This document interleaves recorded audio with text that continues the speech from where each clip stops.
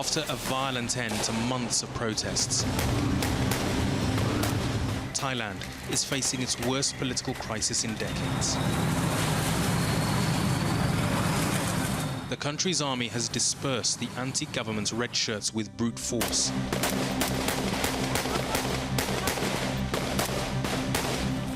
Many of their leaders have been arrested and branded as terrorists.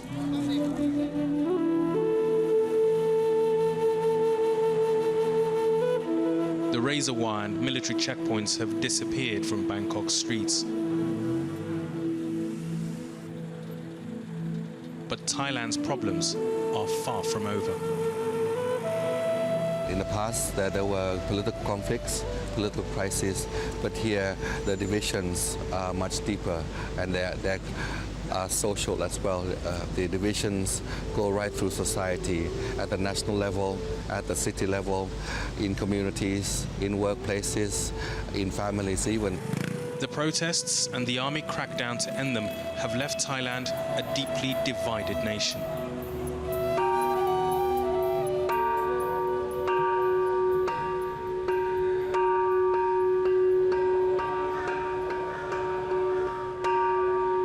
On May the 20th, 2010, the morning after one of the most violent days and nights in Thailand's modern history, the people of Bangkok woke up to a city destroyed.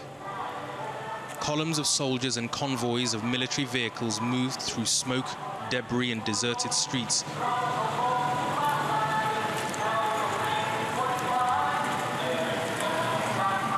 In what used to be the heart of this city's bustling tourism and shopping district. It was now a scene of utter destruction and defeat.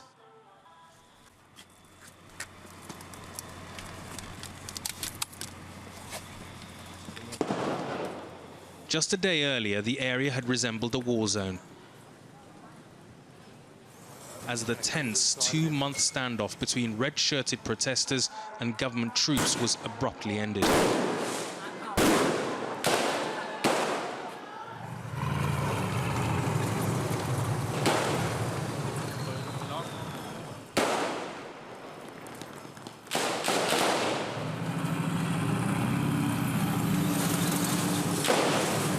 The Thai army broke through the tire and bamboo barricades of the red shirts and forced their leaders to surrender.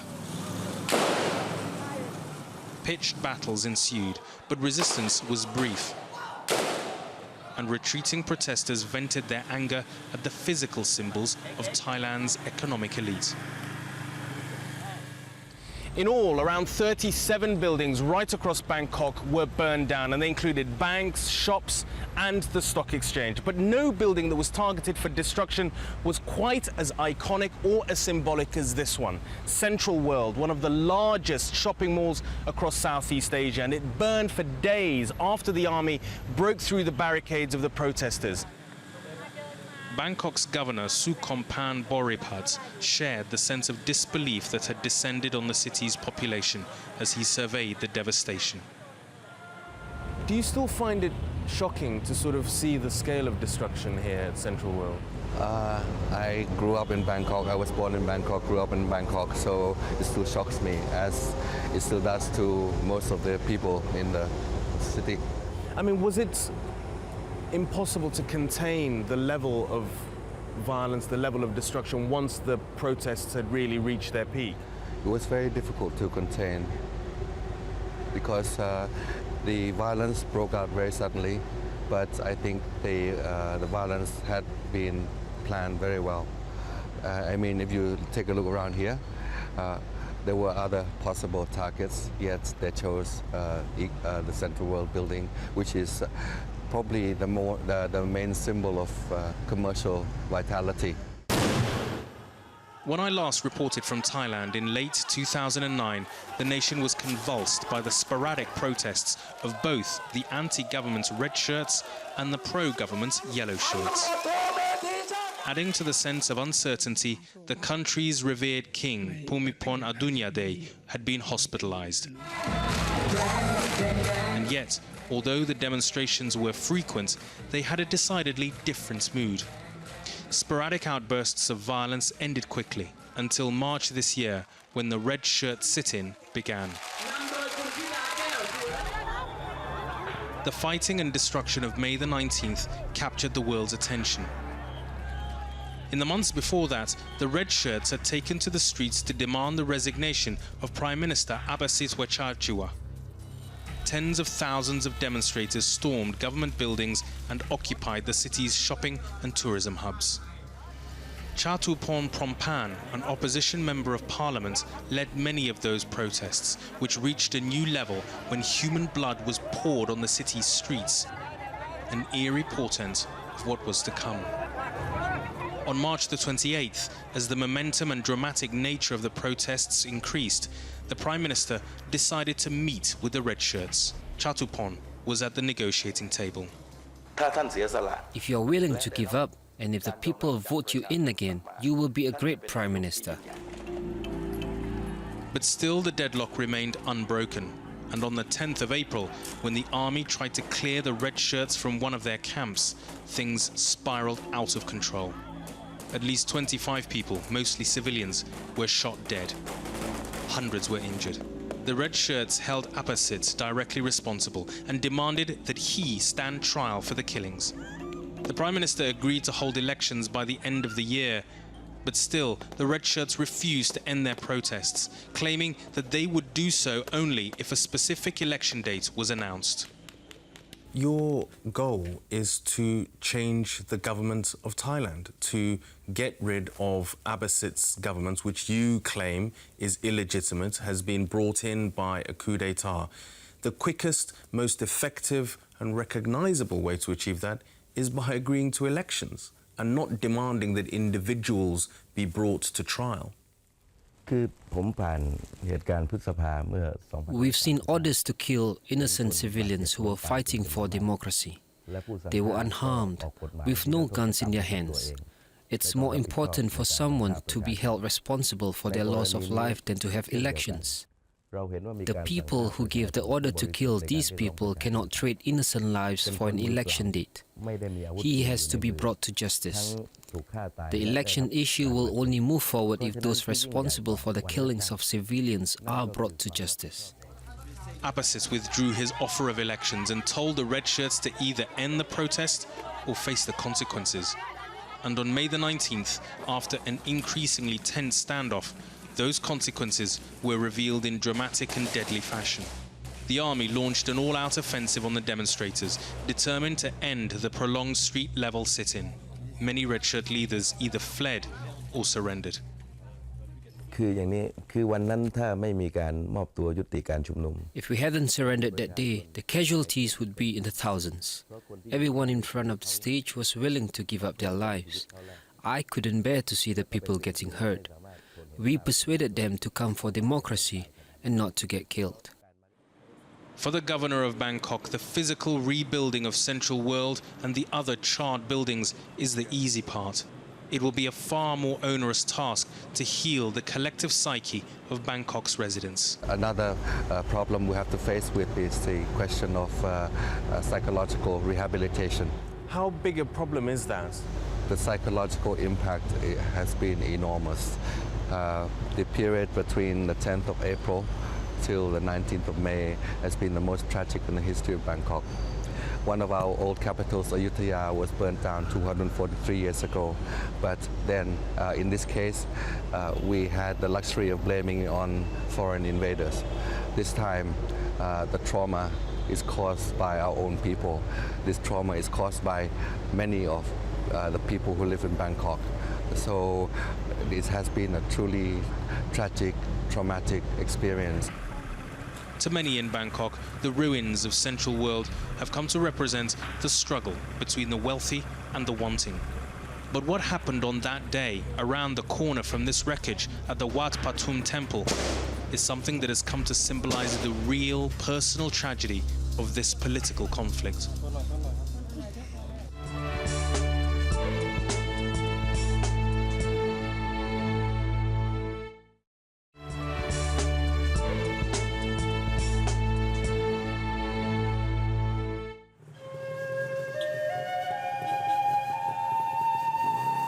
In a glitzy Bangkok neighborhood, the temple of Wat Pathum Wanaram stands quietly in between two shopping malls. A Buddhist sanctuary, a safe haven from the frenzy of modern life.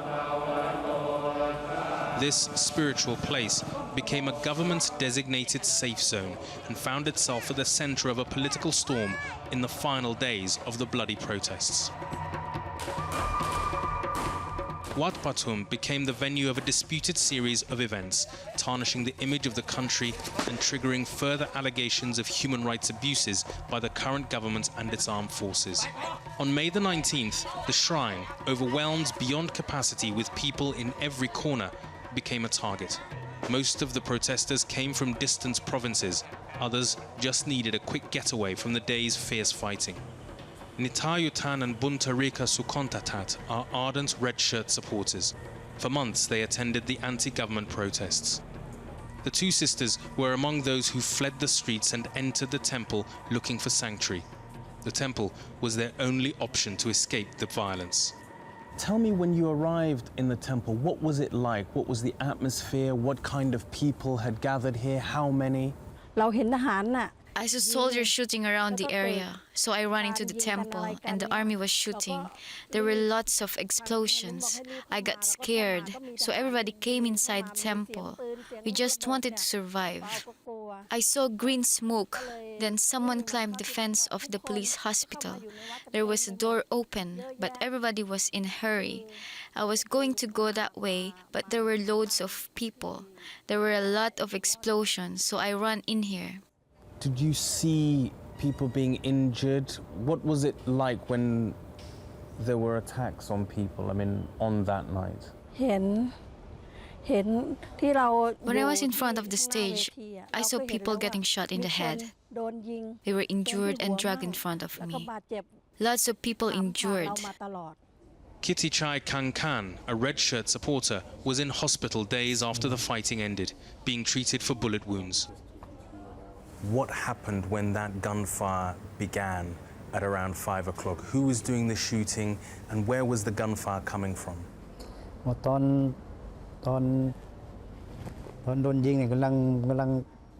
When I got shot, I was hiding under a pickup truck in front of the temple. There were 4 or 5 of us. They shot at us from above. They shot me in the back. They called for us to come out. I came out and put up my hands and said, I give up. And they shot me in my hand. So I went back underneath the truck. I was bleeding a lot, so I had to come out again. And they ordered me to take off my shirt and raise my hands. They were still on the bridge. They told me to run, so I ran to the nurse. The nurse was 25-year-old Kamonket Akahad. She had been helping the sick and injured throughout the 2-month-long protests. It was a role that came naturally to her. She liked to help people since she was in primary school. And she was always involved with people who came to collect dead bodies. She was never scared of anything. So when she finished secondary school, she wanted to be an assistant nurse. When she graduated, she joined the hospital in the surgery. She got a lot of happiness from helping injured people. And she didn't want anything in return, because there are no returns in that area. And so I couldn't stop her, because that's the way she was.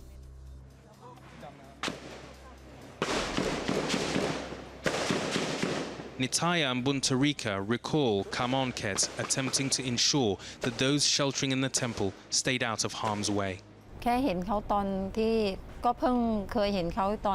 I just saw her for the first time when I ran in here. I saw her standing in the front of the medical tent. She was saying, "Don't run outside, it's dangerous."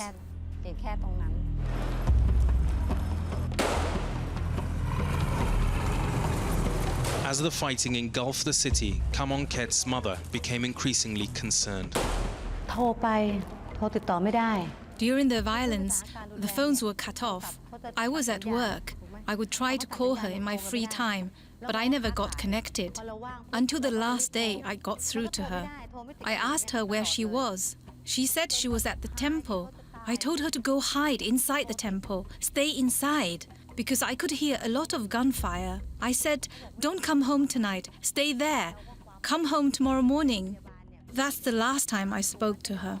She said she was going to help the injured, and then she hung up the phone. So I thought she was going to come home the next morning. But Kamonket would never return home. As darkness fell over Bangkok, government troops closed in on the temple. For almost an hour, there was incessant gunfire in the area. Thai and foreign journalists, along with other observers on the scene, say soldiers fired into the grounds of Wat Patum from the elevated commuter train nearby, a charge the government has denied. Fearing for their lives, protesters rushed into the safe zone, the injured desperate for medical assistance. Kamonket struggled to assist as many as she could, but in doing so, found herself in the firing line. She was almost finished treating my wounds. Then they started shooting. She was reaching out to get some cotton, but before she even reached it, she was shot. I went to pray to the Buddha. When I came out, there were people carrying dead bodies. There was a tall guy carrying the bodies. They kept bringing the bodies in the end line them up against the stairs. Then this nurse was shot dead. We ran to the front and I saw other people carry her in, so I ran back in. By the next morning, the fighting was over. And it emerged that 6 people had been shot dead inside the supposed safe haven of Wat Patum temple. Meanwhile, the Thai army displayed an array of weapons that they insisted had been left behind by red shirts who fled the shrine. Bolstering government claims that so-called terrorists had fired first against the military during the final days of the demonstrations. What happened inside the temple with the people who took refuge there? Because, I mean, we've spoken to people who are inside who say quite categorically that they were being shot at by army snipers, and that's how people were killed inside the temple. Let me just point out that this will have to be thoroughly investigated. And I understand that a lot of people in the temple were people who were really afraid that they would be shot by soldiers. And understandably so, because these are people who have been in the protest area for 2 months or so. We had said categorically that they would be facilitated to go home. Recall that the protests were called off at around 1 o'clock, 2 o'clock in the afternoon.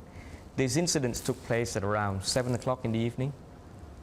There's absolutely no reason why soldiers would be shooting at people at all. But that's what people are saying. No, the presence of soldiers, they were there to protect the firemen, the volunteers who were going in to help put out the fire, and also to help injured people.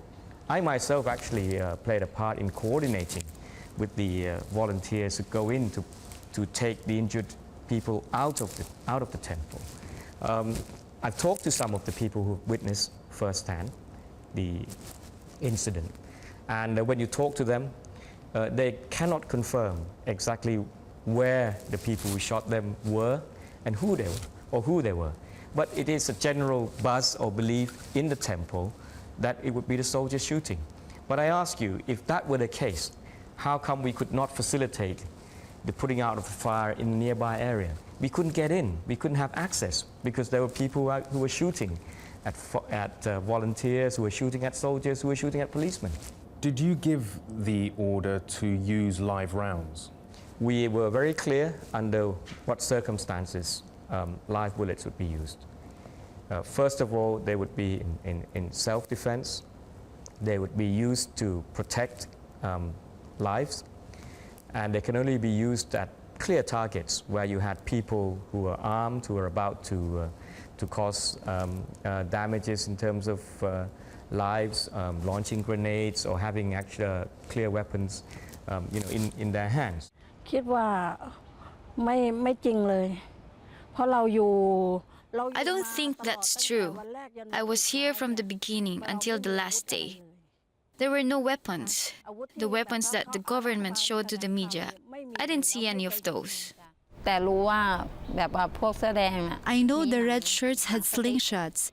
They just left those and firecrackers behind the temple.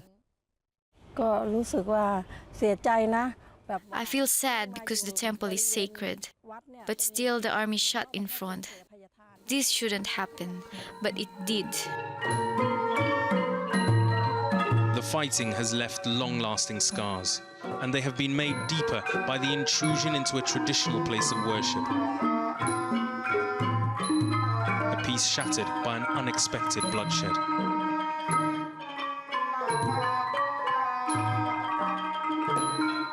Kamonket's mother is desperate to find out why her daughter was killed while she was simply trying to help.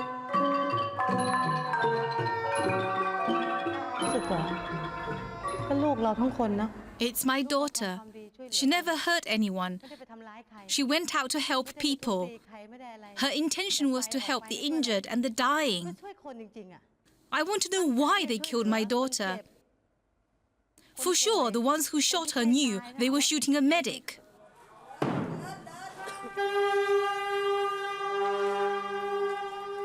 The killings in the temple have further divided opinion and, for those who lost loved ones, made the process of reconciliation even more difficult.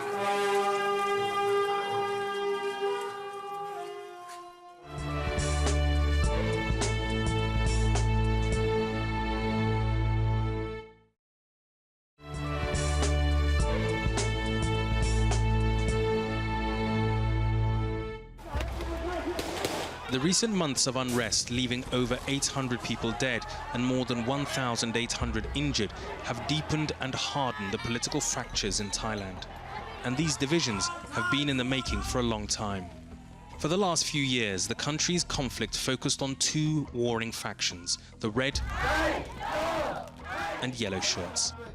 Each side took to the streets with essentially non-violent protests, divided by their allegiance to two opposing personalities. Thaksin Shinawatra, the exiled billionaire facing corruption charges, and Abbasit Wachachiwa, the beleaguered head of the ruling coalition. The impasse between the groups continued until mid-March, when public protests seemed to become the exclusive preserve of the red shirts.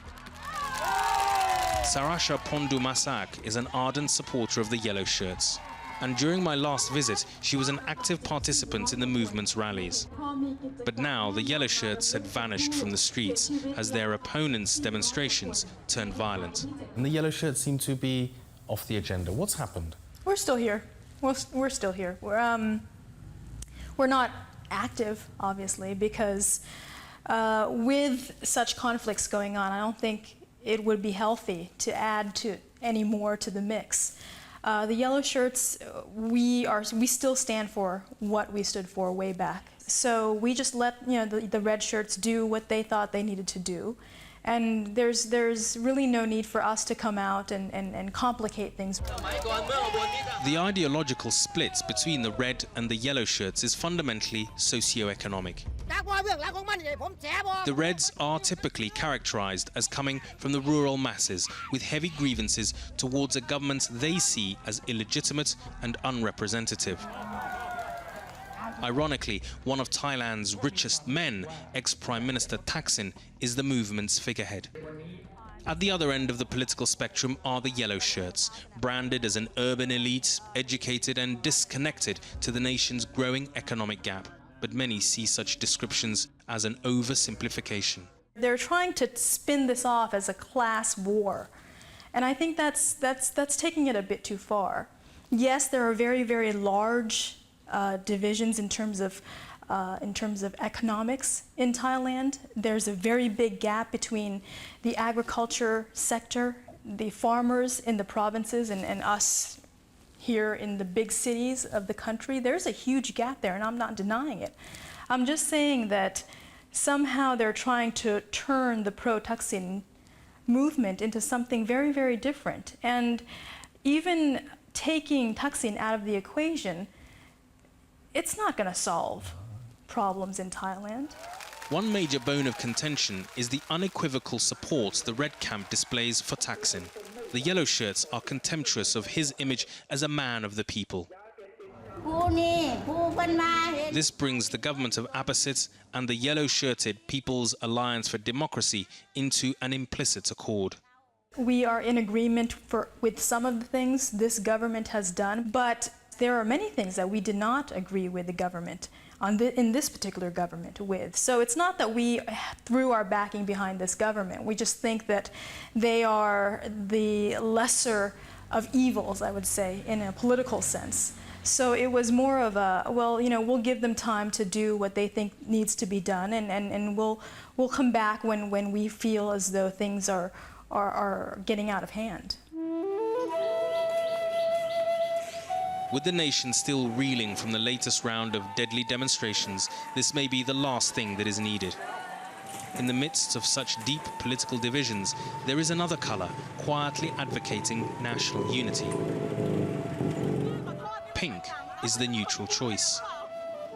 By wearing the king's colour, royalists pay homage to the single unifying element in Thai society, Phumipol Adulyadej. The 82-year-old king is the world's longest reigning monarch and seen as divine by his adoring subjects. Throughout the country's various political struggles over his 6 decades of rule, the king has stepped in on occasion, subtly advising political rivals to find a non-violent solution. The last time the aging monarch addressed the nation was 6 months before the vicious fighting. My happiness is happening when the country is prosperous and peaceful. I am wishing all the people and nation to be more prosperous and sustainable. The progress and prosperity of the nation could happen only when every one of you work with conscious wisdom and honestly take the public and national benefit as paramount. The national benefit comes before the personal benefit. Thailand has been through coups and periods of political instability before, but the one constant that has allowed this country to go through those periods has been the monarchy. Yet this crisis is different. For the king remains confined to hospital. In late 2009, these grounds in front of the hospital where the king is convalescing were packed with well-wishers holding vigils. Now the courtyard is hushed with few visitors to be seen. Tipa Nucharipon is one of the king's devotees who was here during my previous trip. She has continued to come in spite of the unrest. While I was coming to the hospital, I was scared by the violence. But when I got here, I felt safe. I'm not scared about anything happening here, and I just want to be here. Even if I can't see him, just looking at his picture makes me happy. I will never have a chance to talk to the king directly. In my opinion, I think he wants things to get better, to be harmonized. But no matter what the colors are, we are all the same. He may not want to interfere. Political problems need to be solved by political measures.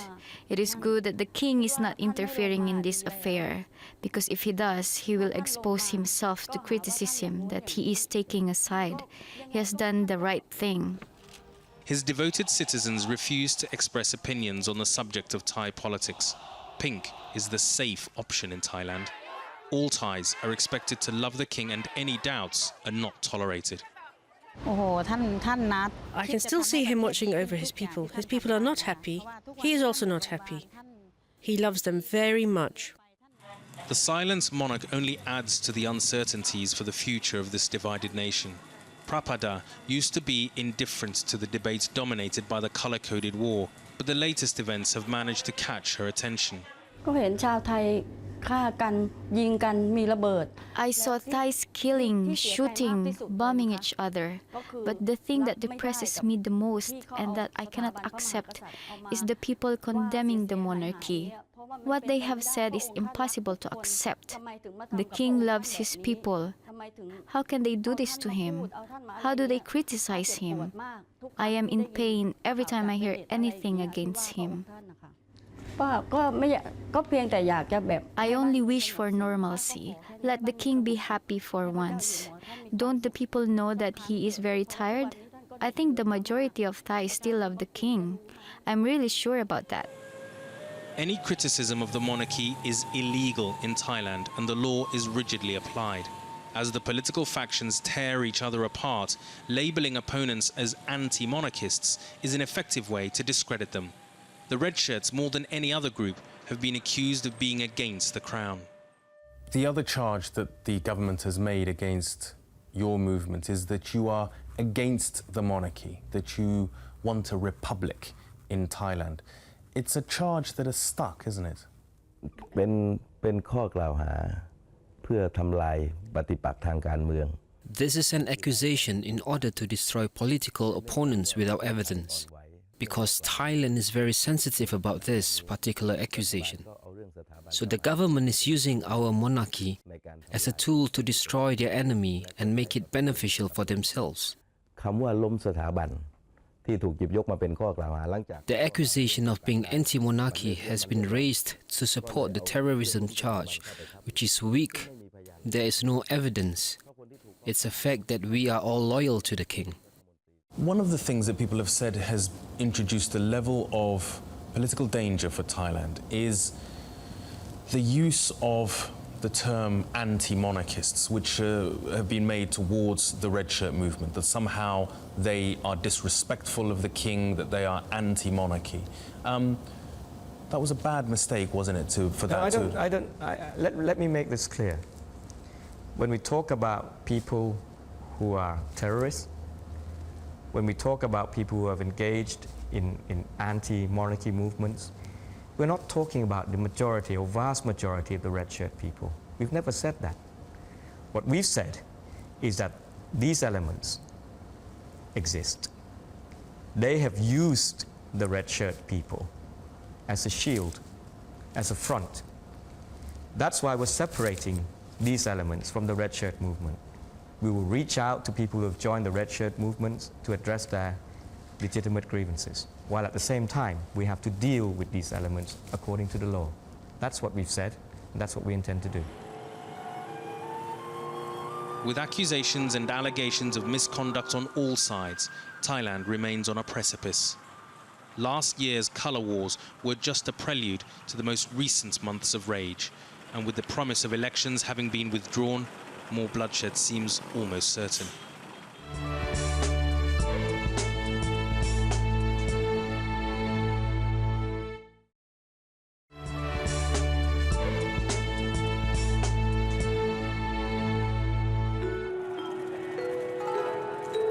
In the days following the bloodshed of May the 19th, Bangkok's governor, Sukhompan Boripat, worked desperately to try to bring the capital's citizens together. And, as a nation with a deep sense of spirituality, many of Thailand's people sought solace in their faith. This is Lumpini Park in the heart of Bangkok, and only a week ago it was well behind the barricade set up by the red shirts. But as you can see, hundreds of people are milling about, all jostling, trying to see the governor of Bangkok, who's here, in order to boost the morale of the people of Bangkok. Because this park is where a lot of violence took place, including the shooting by a sniper of one of the key leaders of the red shirts, General Katia Sawastipol. But 1,000 monks have gathered here today in the same park in order to pray for Thailand's good fortune. But the governor knows that it will take a lot more than prayers to solve the real long-term problems that the protests have created, especially economic problems. And ironically, the very people who participated in the protests, the predominantly rural and working-class red shirts, might be the ones who will have to face the economic impact of their actions. Smaller people always pay the price. The big businesses always have their buildings insured, but it's the smaller traders, the small retailers that are affected. And soon enough, the effects will be evident in the countryside when tourists don't come. For example, people who work in the city, in traditional Thai massage shops, don't earn enough money to send home. The villages will be affected. Maybe their parents are building a new home and relying on income, money transfer from their children who work in Bangkok. Once this channel is dried up, they will not be able to complete their home. Many of those people live and work here in the neighborhood of Bangkok. Generations of them have left their villages and have come to Bangkok looking for economic opportunity. During the last days of the protests, Bangkok had been completely shut down and was just beginning to come back to life a few days after May the 19th. I couldn't sell anything, so I had no income. I had to sleep here and guard my store. I was scared that the protesters would come and burn my shop. Normally, the profit I make in my daily sales is enough for me to live on.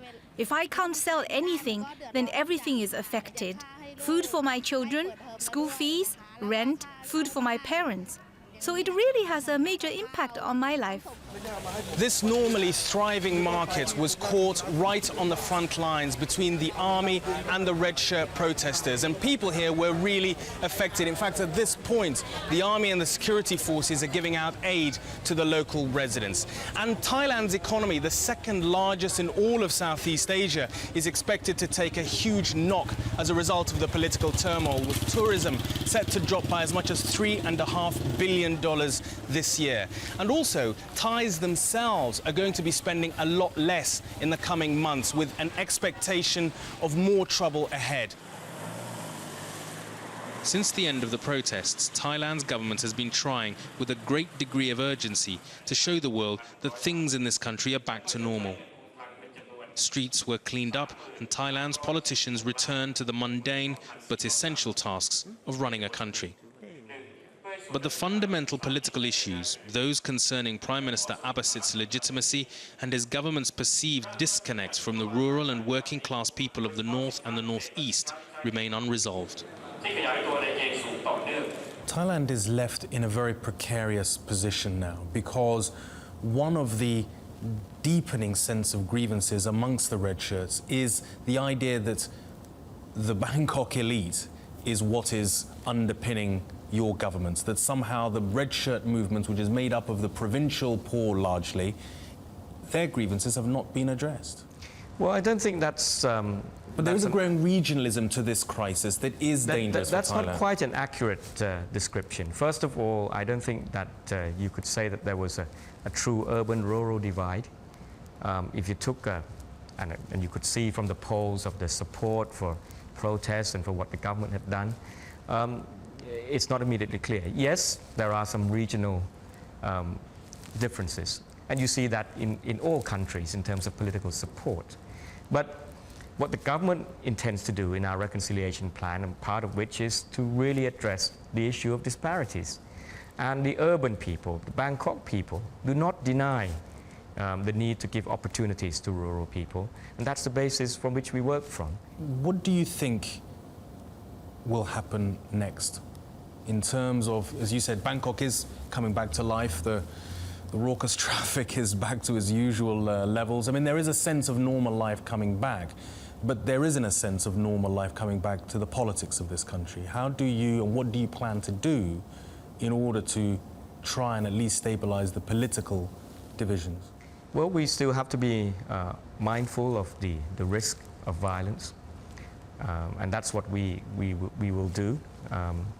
Obviously, the differences between the parties are wide, and we need to do all we can to try to bridge that gap. And again, I would refer back to the reconciliation plan that I've proposed. During the budget debate, I think some of members of the opposition parties have echoed the need to pursue that plan, and that's what we intend to do. But you don't believe for a minute that the thrust and the depths of feeling within the red shirt movement has gone away? I mean, this is not the end of the affair. No, and that's why I say that we continue to have to address the grievances of people who have joined the red shirt movement, and the plan is intended and designed to address those. Add to that the more than 80 people dead and over 1,800 injured in this year's protests. The red shirts already see those losses as too great, and this government's actions unforgivable. Images and stories of their people being attacked by the Thai army and, by extension, Abasit's government, are fueling resentment. I mean, I ask you again, do you feel a sense of responsibility for the loss of life, and the actions that your government took in contributing to that? Personally, and I'm sure I speak also for people who've worked with me, we all regret the losses that have happened. But we will have a thorough investigation of what's happened, and we will do whatever is appropriate once the truth becomes clear. We have a number of processes by which we can get at the truth. The Human Rights Commission is working on this. I intend to set up an independent commission to look into the facts.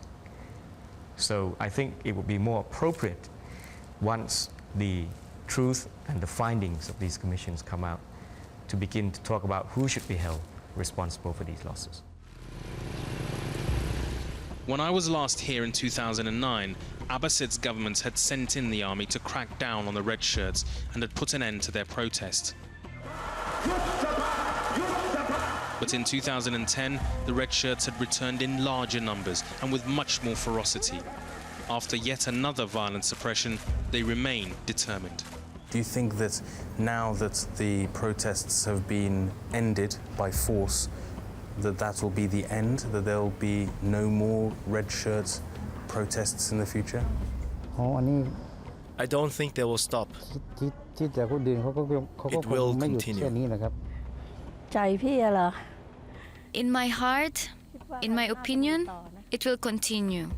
I think there will be more, because there's still no democracy and there's a double standard in this country. We want to fight. ไม่ได้เป็นอย่างนั้น เวลานี้รัฐบาลไทยเนี่ย When the people eventually finds out the truth about the government's lies, when that day comes, the people will rise again. The way we see it, even if the people have been defeated, they've done everything the right way. But we did not anticipate that this government can be so ruthless and cruel, so the fight has not stopped. The only reason we stopped the protest was to avoid further loss of life. But that doesn't mean that we will give up. The more we are attacked, the more we will fight back. Thais are now struggling to decide not only who will run their country, but also what kind of country they want it to be. Thailand is going through what I would call growing pains. We're a developing society that needs to go through the pains of developing our democracy. And in that process, I think there will be such incidents. And I don't think that this is the last of it, unfortunately. But You think it's going to go on, as someone put it, it's the end of the beginning? well, I would agree. I don't think this is the end of anything. If not, it's becoming more and more polarized. And that is okay if everybody resorts to not using violence. But over a year of living dangerously, the people of this city have endured unprecedented rage, hatred and violence. The political divide in Thai society has deepened. If the people who run this country fail to deal with those divisions soon, Thailand might burn once again.